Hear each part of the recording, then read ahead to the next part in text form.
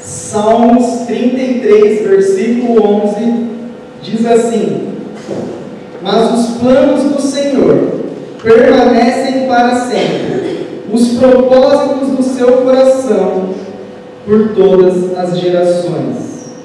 Eu queria que você repetisse comigo. Mas os planos do Senhor permanecem para sempre. Os propósitos do seu coração por todas as gerações. Feche seus olhos.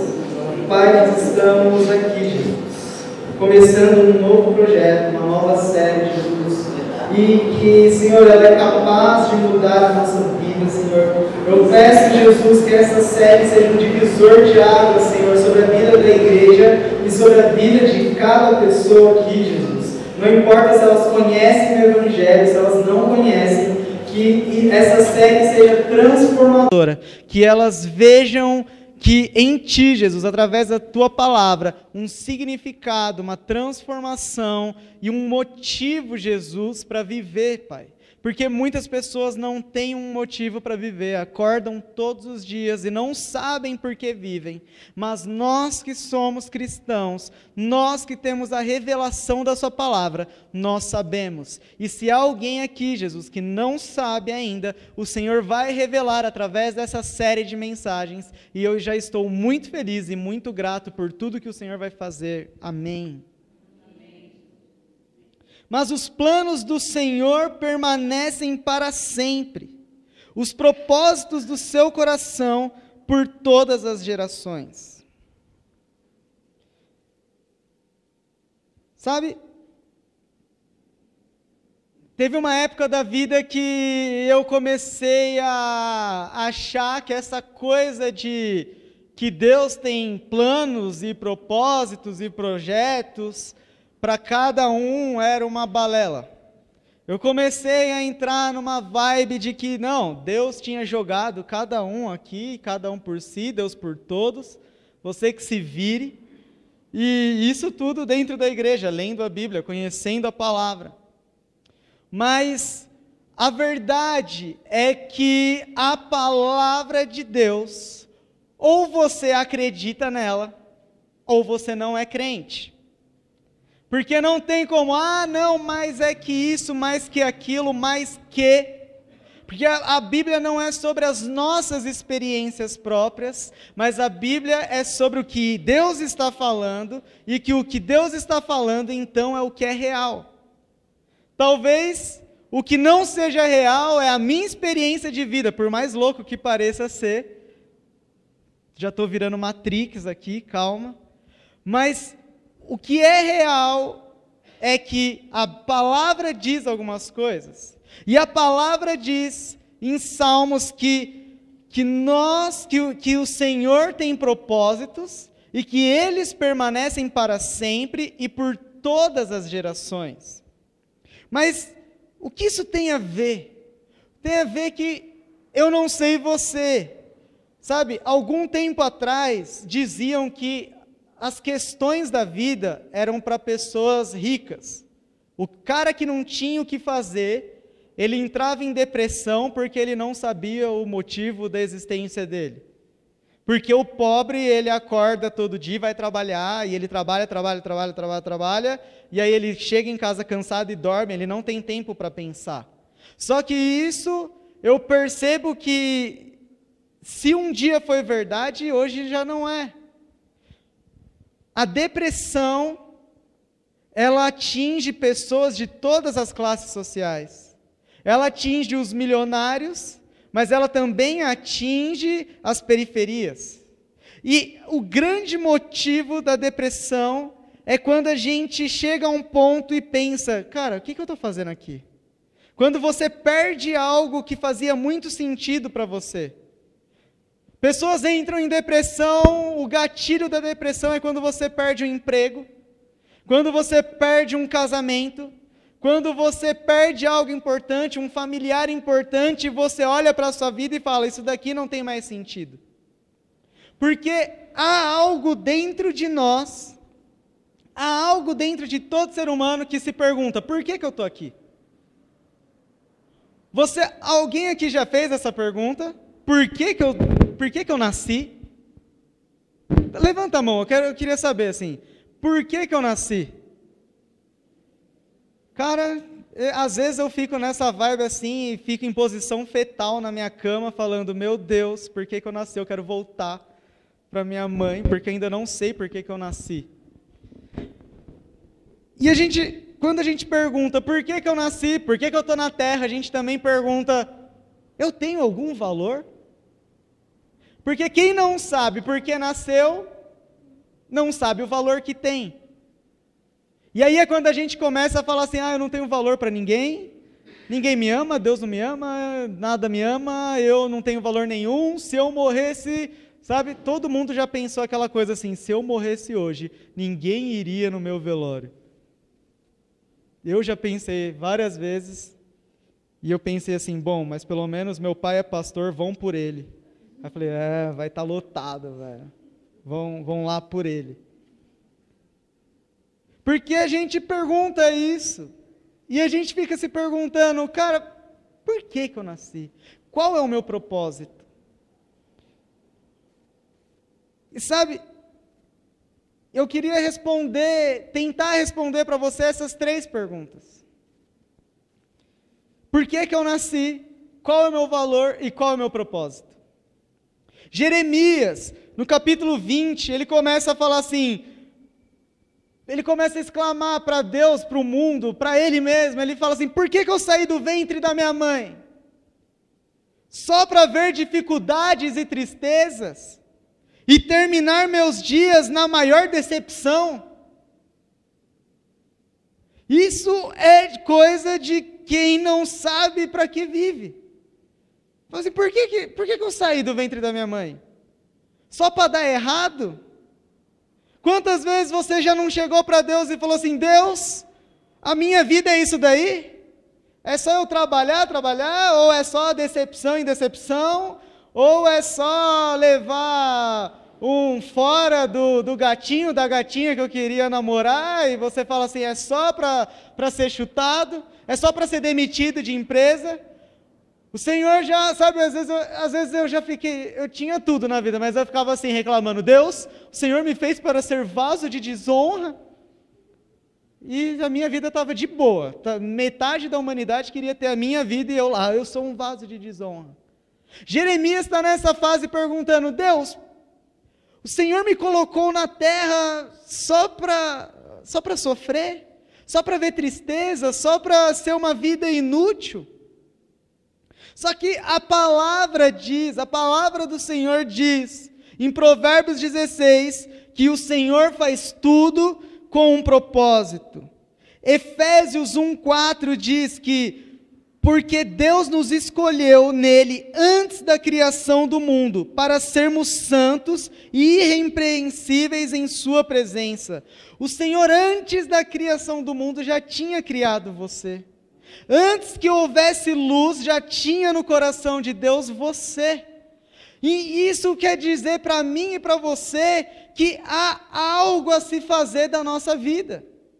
Há algo mais do que somente viver. Porque há 3 estágios da nossa vida que a gente pode viver. Existem pessoas que estão como Zeca Pagodinho: deixa a vida me levar, vida leva eu. Todo mundo sabe cantar Zeca Pagodinho, glória a Deus. Espero que todos saibam cantar Vencedores por Cristo. Ninguém nem ouviu falar, olha lá. Zeca Pagodinho dizia: deixa a vida me levar, a vida leva eu. Sabe que nível de vida é essa? O nível da sobrevivência. Por que eu nasci? Eu nasci para nada.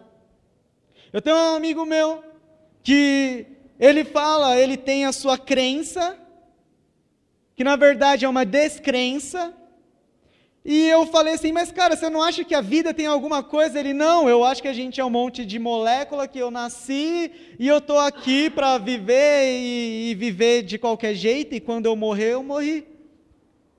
Mas uma vida de sobrevivência não te leva a lugar nenhum, porque uma vida sem perspectiva não te leva a lugar nenhum. Você fica de um lado para o outro e você não faz nada. E sabe, eu acho que a maioria das pessoas, elas vivem nesse tipo de vida, sobrevivência. Você acorda de manhã e vai para o trabalho, e você trabalha o dia inteiro, e se você perguntar, e alguém te perguntar assim, mas por que você trabalha no trabalho que você trabalha? Aí a pessoa fala assim, porque eu quero comer, porque eu quero comprar roupa, porque eu quero passear, porque eu preciso sobreviver, eu preciso beber, vestir, comer. Isso é uma vida de sobrevivência. Isso não é viver, isso é sobreviver. Uma vida em que você simplesmente acorda de manhã e não sabe por que acordou, e não sabe por que dormiu. E, sabe, cara, deixa eu te falar uma coisa. Se a sua vida, o momento mais feliz dela é sexta-feira à noite, que é o happy hour, é porque a sua vida tem alguma coisa de errado.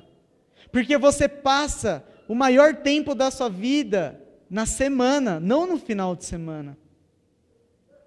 Uma vida significativa é a vida que você acorda segunda-feira e segunda-feira de manhã é um happy hour. Porque durante a semana você vai fazer algo que você ama. Quem sexta-feira à tarde é o melhor horário do dia, não está vivendo, só está sobrevivendo. Mas aí existe um outro lado da vida que é o sucesso. Aqueles que não vivem para sobreviver, vivem para obter sucesso. Só que o sucesso, ele é algo mundano. O sucesso é uma coisa que, cara, você vai tentar, e quanto mais você obtém sucesso, mais você vai querer sucesso, porque existe uma coisa, o sucesso não satisfaz. Todas as pessoas que eu conheci, que já tiveram sucesso em alguma coisa, eles falam assim, cara, mas e aí? Você escala uma montanha, e quando você está lá no Monte Everest, você fala assim, bom, legal, e agora, o que eu faço? Desço, porque era só para tirar uma selfie e falar, legal, cara, parabéns, você subiu no Monte Everest. Gente que ganha dinheiro, vai atrás de dinheiro, e ele está cheio de dinheiro na poupança, e você fala assim, mas e aí, você vai gastar com o quê? E ele fala, não sei, deixa aí. Eu não projetei no que eu ia gastar, eu projetei no que eu ia acumular. E eu consegui meu primeiro 1 milhão aos 30 anos, mas eu só não sei o que eu vou fazer com ele. Porque o sucesso não alimenta. Mas o sucesso é o que a nossa geração prega para que você tenha uma vida de verdade. Pessoas de verdade são pessoas hoje que são digital influencers. Se você não tem um Instagram, meu irmão, você não está nem vivendo, deixa eu te falar isso. Porque a vida, parece que a vida de verdade está rolando lá no Instagram. Quantos mais milhões de seguidores, mais sucesso você tem, e mais uma pessoa importante você é. E aí quando eu falei que eu ia apagar meu Instagram, que tinha 2.000 e poucos seguidores, não teve uma pessoa que falou assim, não, apaga mesmo. As pessoas falavam assim, cara, mas você vai perder 2.000 seguidores? Como você vai conseguir conquistar eles depois? Porque Gustavo chegou ao sucesso, 2.000 seguidores. Mas existe um termo que não é sobreviver, não é uma vida vazia de sucesso, mas é uma vida com significado. E a vida que Jesus nos proporciona, através do Evangelho, é uma vida com significado. É a vida que você sabe porque você acorda todos os dias. É a vida que você sabe porque você trabalha todos os dias. É a vida que você sabe porque você vive todos os dias. É a vida que você sabe você sabe o porquê você faz o que faz. É a vida de significado. Porque somente a vida de significado vai responder a segunda pergunta, que é a pergunta do eu tenho valor? Deixa eu te contar uma história. Eu tentei ser guitarrista, não deu certo. Eu até contei aqui na igreja que meu pai me deu a guitarra dos meus sonhos, mas eu tive umas 4 guitarras. E eu tive todos os equipamentos possíveis, eu comprava tudo. Eu tinha os melhores equipamentos, o problema é que o cara que tocava era horrível. Sabe aquele papo de você é ruim de bola, então você compra a bola, você compra a casa com campo de futebol e você faz todo mundo jogar na sua casa, só que você é horrível mesmo. Se não fosse isso, você não seria chamado? Era eu. Não, chama o Gustavo porque ele tem tudo, velho. Ele vai colar lá, ele vai investir na banda, ele vai dar dinheiro na banda, que ele é guitarrista, ele é apaixonado. Aí eu dava dinheiro, ficava nos ensaios, pagava o estúdio, falava, pai, paga o estúdio, porque senão ninguém vai me querer, pai, vai lá. Eu era esse cara. E aí eu vendi tudo que eu tinha eu vendi.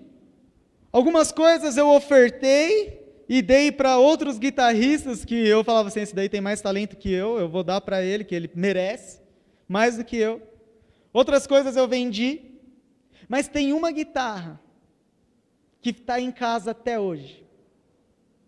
Está lá guardadinha, do jeito que eu ganhei ela. Eu nunca mexi, eu pensei 1000 vezes em mexer nela, em melhorar ela, mas eu deixei ela do jeito que ela chegou nas minhas mãos.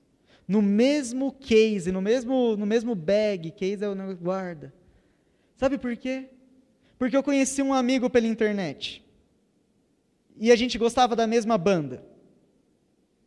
E a Oficina G3, e o Samuel já reclama. Olha lá, ele já veio lá de... É só falar Oficina G3 que ele dá uns negócios assim, ele não gosta. Mas sabe, eu amava a Oficina G3, e eu conheci no Orkut esse meu amigo que amava a Oficina G3. E a gente começou a conversar, e da MSN e tal, e em um ano já conversando, amigo dele. E eu falei para ele que eu queria uma guitarra, mas era uma guitarra específica, era um modelo de guitarra, exatamente aquele que eu queria. E meu pai não tinha dinheiro, ou ele não queria dar, eu não sei até hoje, não lembro. Mas, eu não conheci esse meu amigo pessoalmente. Mas um dia no meu aniversário eu cheguei em casa e abri a porta do meu quarto, estava a guitarra dos meus sonhos em cima da cama, meu amigo do lado, falando, eu comprei para você, feliz aniversário. Mas deixa eu te deixar a história um pouco mais bonita. O dinheiro, sabe como ele conseguiu o dinheiro para comprar essa guitarra? A situação financeira dele não era boa. Só que a mãe dele faleceu. E o dinheiro que ele recebeu da parte dele, da herança, do falecimento da mãe, foi o dinheiro que ele comprou a guitarra para mim. E aí, você olha para aquela guitarra, que talvez não tenha valor monetário mais, porque já é antiga, anos atrás, que não é das melhores marcas e das mais famosas, mas é a guitarra que eu não vendo por preço nenhum, porque a guitarra tem um significado para mim. Aquela guitarra tem um significado. Um amigo meu pegou todo o tesouro que ele tinha e ele resolveu me presentear, ao invés de pegar aquele dinheiro, que ele tinha todo o direito de usar para qualquer coisa dele, porque aquele dinheiro não foi fruto de alegria, foi fruto de dor, mas ele resolveu me presentear. E aí quando alguém pergunta assim, você quer vender? Eu falo, não, porque tem significado. E sabe, uma vida cheia de valor é uma vida cheia de significado. E eu quero te dizer que Jesus, na palavra dele, ele diz que você tem significado. Jeremias fala que antes da criação, Deus já tinha feito ele com um propósito para ser profeta. Deus já tinha dado a Jeremias, antes de Jeremias ser alguém, Deus já tinha dado o propósito para ele de ser profeta. Jeremias já tinha valor, Jeremias já tinha um valor para Deus. Por mais que Jeremias ainda não soubesse, para Deus, Jeremias já tinha valor. Eu quero te dizer, meu irmão, que por mais que você ainda não saiba, não tenha entendido, mas para Deus você já tem um significado, um valor e um lugar nesse mundo que só você pode preencher, que só você cabe naquele lugarzinho, que só você pode fazer, porque você foi criado segundo os propósitos de Deus, para ser amado por Deus. Sabe, a primeira coisa é que, cara, Deus não cria ninguém, Deus não inventa ninguém, Deus lá não pensa em ninguém para ser um desgraçado. Não, Deus sempre cria. Ele falou assim: eu vou criar fulano para ele ser alvo do meu amor, eu vou criar ciclano para ele ser alvo do meu amor, eu vou criar fulano para ele ser alvo do meu amor. Você é um alvo certeiro do amor de Jesus. Você pode andar para lá, pode andar para cá, mas a flecha de amor de Jesus vai bater bem no meio do seu coração. Porque nós nascemos para ser amado por Jesus. Por isso que o salmista diz que todos os dias determinados para mim foram escritos no teu livro, antes de qualquer deles existir.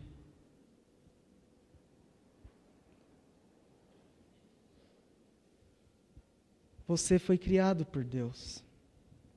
Por mais que sua mãe falou que você era um erro, por mais que o seu pai falou que você era um erro, por mais que você talvez não tenha sido projetado pelos seus pais.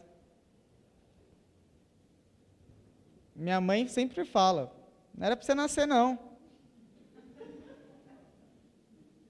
Ela fala assim. Pensa, eu e meu irmão temos uma diferença de 11 anos. Você acha que depois de 11 anos alguém quer ter outro filho, meu irmão? É só usar a lógica. Não era para eu nascer. Para os meus pais. Mas para Deus era.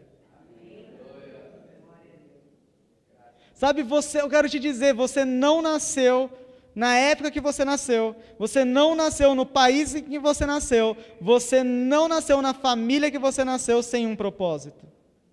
Existe algo, sabe? Eu tenho certeza que Deus, Ele falou assim: eu vou colocar uma criancinha no ventre da Isabel, porque aquela criancinha, depois de muita rebeldia, vai ajudar o Abimael, que ainda nem sabe que vai ser pastor, nem sabe que vai casar com a Isabel, nem sabe que vai fazer nada, mas eu vou colocar essa criancinha para ajudar ele. Depois de muitos anos, ele vai resolver que ele vai virar crente e ele vai ajudar o pai dele, ele vai ajudar a mãe dele. Eu não sei, cara, para que você nasceu, eu não sei por que você nasceu onde você nasceu, mas há um motivo, há um propósito, e esse propósito foi feito por Deus, e não é para desonra, é para honra. Todos nós nascemos para honra, não para desonra. Os vasos de desonra são aqueles que não aceitam a Cristo Jesus. Mas todos aqueles que se tornam filhos de Deus através da confissão em Jesus Cristo se tornam vasos amados de honra para a glória dele. Mas sabe, o problema é que tudo bem, Gustavo. Eu tenho um significado. Eu sei que eu tenho valor. Eu sei que eu devo viver para um significado. O problema é que, qual? Porque acho que as maiores orações que eu fiz na vida foi: Deus, tudo bem, eu sei, mas eu quero saber o quê? Eu quero saber o quê, Jesus? Eu quero saber o quê?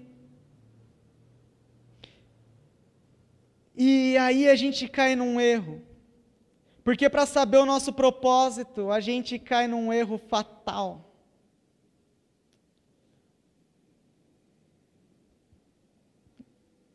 Pensa comigo, aí uma montadora de carro fez 2 carros, o engenheiro projetou 2 carros, e ele projetou um Jeep, e ele projetou um carro de corrida. E bom, ele contou para o carro de corrida para que ele servia. Só que para o Jeep, ele não contou para o Jeep para que o Jeep servia. Então o Jeep um dia chegou para o carro de corrida e falou assim: ei, para que você serve? Qual é o nosso propósito?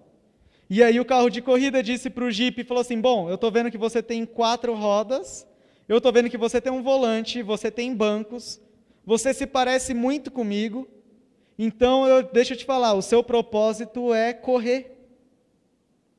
E o Jeep sai e fala: bom, o meu propósito é correr, e ele sai correndo. E o Jeep até corre bem, porque quem conhece de carro sabe que Jeeps têm um bom motor. Jeeps correm, eles são V6, V8.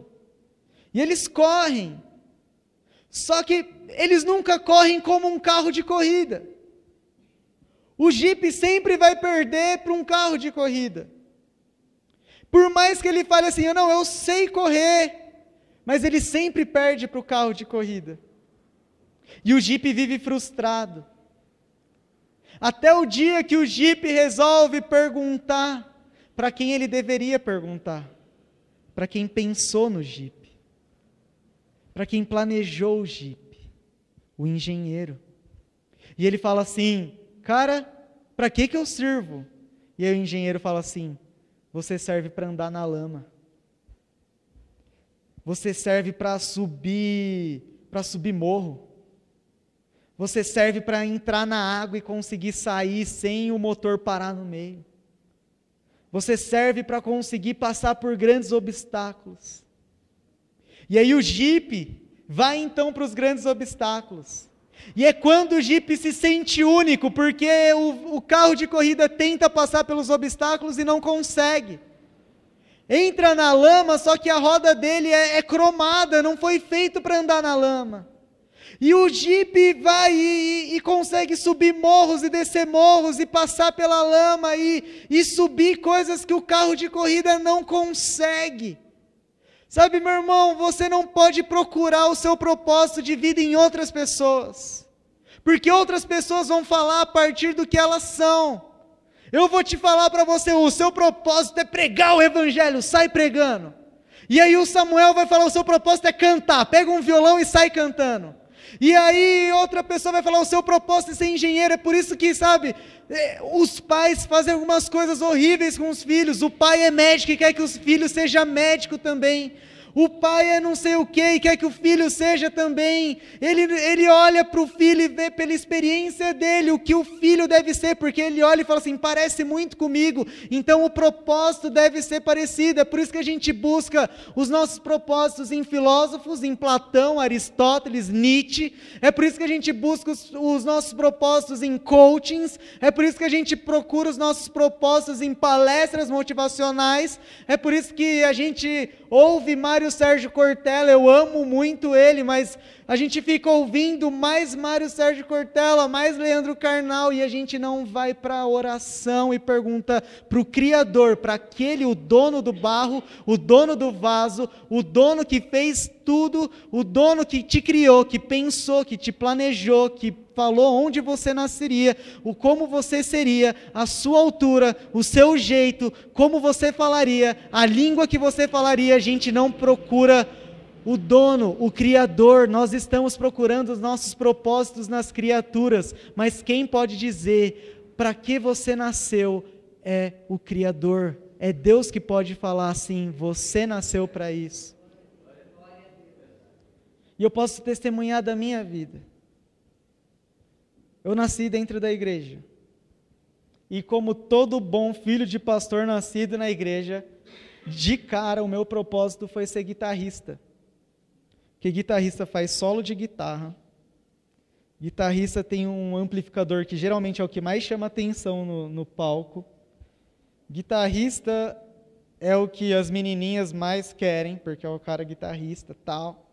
E eu falei assim, de cara, meu propósito é ser guitarrista de banda.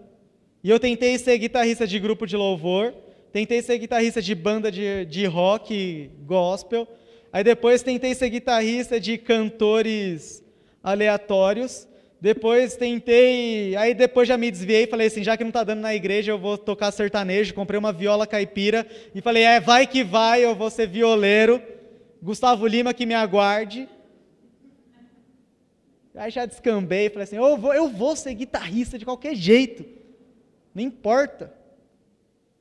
Mas aí um dia, por algum erro do destino, ou acerto do destino, eu comecei a pregar o Evangelho.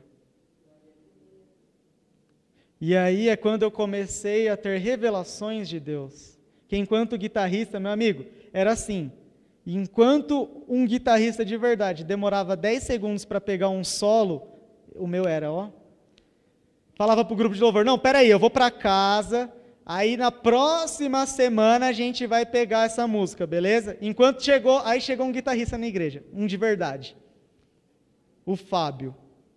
Ô moleque, então vontade de matar ele. Perdi meu lugar para ele. O moleque chegava aqui, vai ter uma música tal. Ele ouvia assim, ele já pegava e todo mundo, uau, e eu, babaca. Já quase falei, baixei um decreto, não vai aceitar mais guitarristas na igreja. Falei, pai, desce esse decreto aí. Mas sabe por quê? Porque era um propósito de um DVD que eu assisti, do Juninho Afran tocando guitarra, e eu falei, uau, que solo lindo. E eu falei assim, eu nasci para ser guitarrista. Mas aí quando eu fui conversar com Deus, Deus falou assim, não, você nasceu para ministrar o Evangelho. E aí quando eu comecei a ministrar o Evangelho, foi que Deus começou a falar comigo, a me dar revelações especiais que Ele não dava para ninguém. E aí foi que quando eu comecei a orar, e algumas pessoas eram curadas. E aí é que quando eu comecei a ir para a praça, e lá na praça as pessoas começaram a aceitar Jesus. E aí é quando a vida parece que começa a fluir de um jeito que nunca fluiu antes. Porque eu olhei para Deus e falei assim, Deus, eu não posso dizer ao dono do vaso, ao oleiro, quem eu sou. Me diz quem eu sou. Sabe, a Bíblia diz que a gente não pode ordenar ao oleiro o que a gente quer ser. Mas a Bíblia nunca diz que a gente não deve perguntar ao oleiro o que a gente é. Porque nós sozinhos a gente não sabe. Você não sabe, talvez você vê vários vasos, e um vai ser para colocar grandes plantas, outro vai ser para ornamentar a cozinha, outro vai ser para ficar em grandes jardins. E você olha e fala assim, é tudo vaso. Mas o que Deus está falando nessa noite é, você pode perguntar a mim o que você nasceu para ser, e eu vou te responder, e a sua vida vai começar finalmente a fluir verdadeiramente. Porque quando a gente começa a viver o que a gente nasceu para ser, a nossa vida flui de uma maneira, cara, que a gente não entende. É por isso que talvez tem muita gente que fala assim, mas o cara na escola era burro pra caramba, só que ele é um ótimo jogador de futebol, porque ele não nasceu para ser matemático, ele nasceu para ser jogador de futebol. Talvez você esteja tentando bater a cabeça, falando, eu nasci para ser o que eu acho que eu sou hoje. E Deus está te falando, pergunta para mim. Pergunta para mim o que você nasceu para ser. Efésios 1:11, na Bíblia, a mensagem, Paulo diz assim, é em Cristo que descobrimos quem somos e o propósito de nossa vida. Muito antes de termos ouvido falar de Cristo e de termos erguido nossas esperanças, Ele já tinha seus olhos sobre nós, já havia planejado para nós uma vida gloriosa. A sua vida tem sido gloriosa? Procure a vida gloriosa que está em Cristo. Parte do projeto global que Ele está elaborando para tudo e para todos. O pior da existência não é a morte, é uma vida sem propósito. Você tem algo que só você pode fazer. Você tem algo no reino de Deus que só você pode fazer. Eu queria chamar o grupo de louvor aqui, por favor.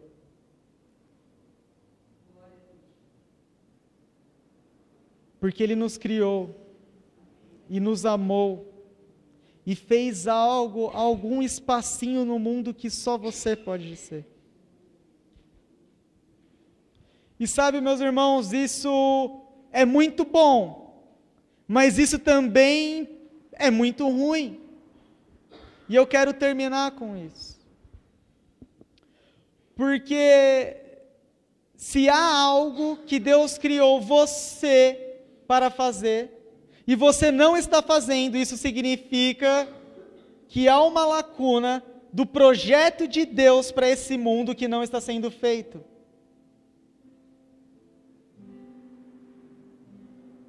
Quando Deus falou assim, cara, eu quero você me servindo, e você falou assim, eu não vou servir a alguém que não será salvo porque você não pregou. Quando Deus disse assim para você, eu quero você como músico, levando o evangelho através da música, e você falou não, alguém não ouvirá a sua música e não será salvo. Porque o projeto global de Deus é levar toda a terra para o céu.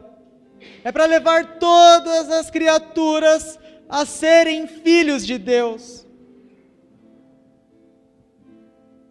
Quando você deixou o seu orgulho ser maior do que o seu amor, alguém não vai receber um abraço que seria o abraço de Deus. É por isso que nós temos que saber o nosso propósito. Porque de uma coisa eu tenho certeza, o seu propósito não é sentar na cadeira culto após culto. Eu tenho certeza que cada um aqui que for orar a Deus e perguntar qual é o meu propósito, Senhor, ele não vai falar ir no culto. Ele vai falar pregar o evangelho. Ele vai falar assim, usar o seu dinheiro para abençoar vidas. Tem pessoas que ganham dinheiro e dinheiro e dinheiro, e compram casas, e compram carros, e fazem isso, e fazem aquilo, mas não abençoam pessoas. E eu tenho certeza que Deus não te chamou para ganhar dinheiro para ser egoísta. Porque o seu dinheiro pode ser o que vai enviar pessoas a missões. O seu talento pode ser o que vai enviar pessoas a aprenderem também, e o evangelho ser glorificado. Eu clamo para a igreja Restauração e Vida. Você tem um propósito dado por Deus. E nessas semanas nós vamos aprender esses propósitos. E eu clamo para que você saia diferente, dizendo, Deus, eis-me aqui. Eu quero cumprir o meu chamado, o que eu nasci para ser, mesmo que seja a coisa mais simples, ou a mais difícil, o que vai me exigir tempo ou o que não vai me exigir tempo, o que vai me exigir dinheiro ou não vai exigir dinheiro, não importa. Há um momento da igreja de se levantar e cumprir os propósitos de Deus na terra, porque o evangelho está clamando, a terra clama pela manifestação dos filhos de Deus, e essa manifestação dos filhos de Deus vem quando os filhos de Deus começam a cumprir o propósito deles na terra. Você foi criado para algo, e nós vamos descobrir nestas semanas o seu propósito, nós vamos descobrir o que você nasceu para fazer, e você vai se levantar, e o projeto de Deus de salvar toda a humanidade vai ser realizado através da sua ajuda, da minha ajuda, através da Igreja Restauração e Vida, porque nós não fomos chamados a se encher da palavra de Deus em cultos, mas nós fomos chamados a cumprir a santa vocação do Evangelho dos cristãos que se levantam para ser sal da terra e luz do mundo. E eu quero saber aqui, quem quer, nestas 7 semanas que vão prosseguir essa série de mensagem, descobrir algo de Deus e transformar as suas vidas para algo relevante e significativo no reino de Deus, eu queria que você levantasse a sua mão. Eu queria que agora a gente ficasse de pé. E nós vamos pedir por revelação. Um dia foi me revelado o meu propósito. Um dia foi revelado o propósito do Samuca. Um dia foi revelado o propósito da Vicky.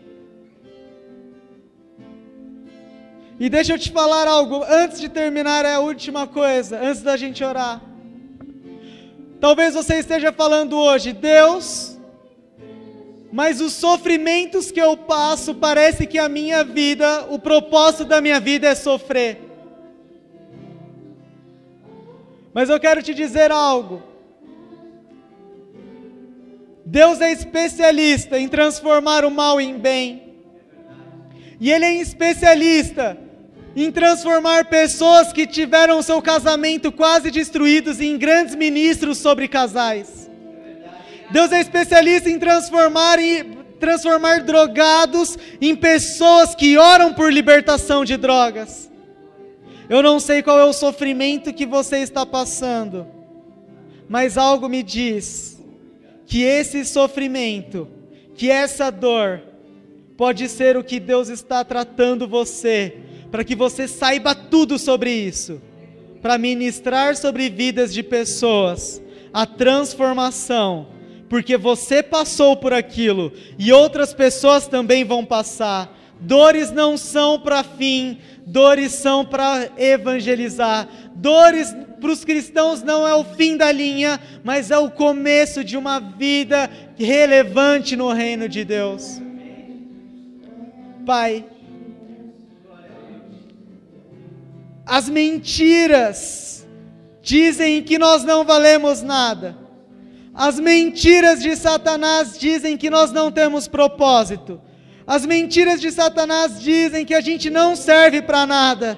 Mas o Senhor diz que nós somos amados. O Senhor diz que desde o ventre o Senhor nos escolheu para as nações. Desde o ventre nós somos amados. As mentiras dizem que não pode vir nada de bom de Nazaré, mas as verdades celestiais dizem que o Messias vem de Nazaré. As mentiras dizem que nada de bom vem entre famílias pobres, mas a verdade do céu diz que através dos pobres o reino seria glorificado. As mentiras dizem que você não é amado, mas Deus diz que você é amado. As mentiras dizem que você deve ficar com orgulho, mas as verdades dizem que quando você quebra o orgulho, o reino de Deus cai sobre a terra. Pai, traz revelação. O Senhor vai revelar propósitos aqui, Senhor. Eu não sei se vai ser hoje ou se vai ser durante essas semanas. Eu não sei se o Senhor vai acordar as pessoas de madrugada dizendo: ei filho, eu te criei para isso. Eu não sei se vai ser assim ou se vai ser agora, mas o Senhor vai trazer revelação. O Senhor é um Deus de revelação. As palavras de Deus são através de revelação. Ele revelou e inspirou aos profetas o que Ele queria falar. Assim como Ele disse a Jeremias que Jeremias seria profeta, Ele vai revelar sobre você o seu propósito. Eu peço revelação, Pai, em nome de Jesus.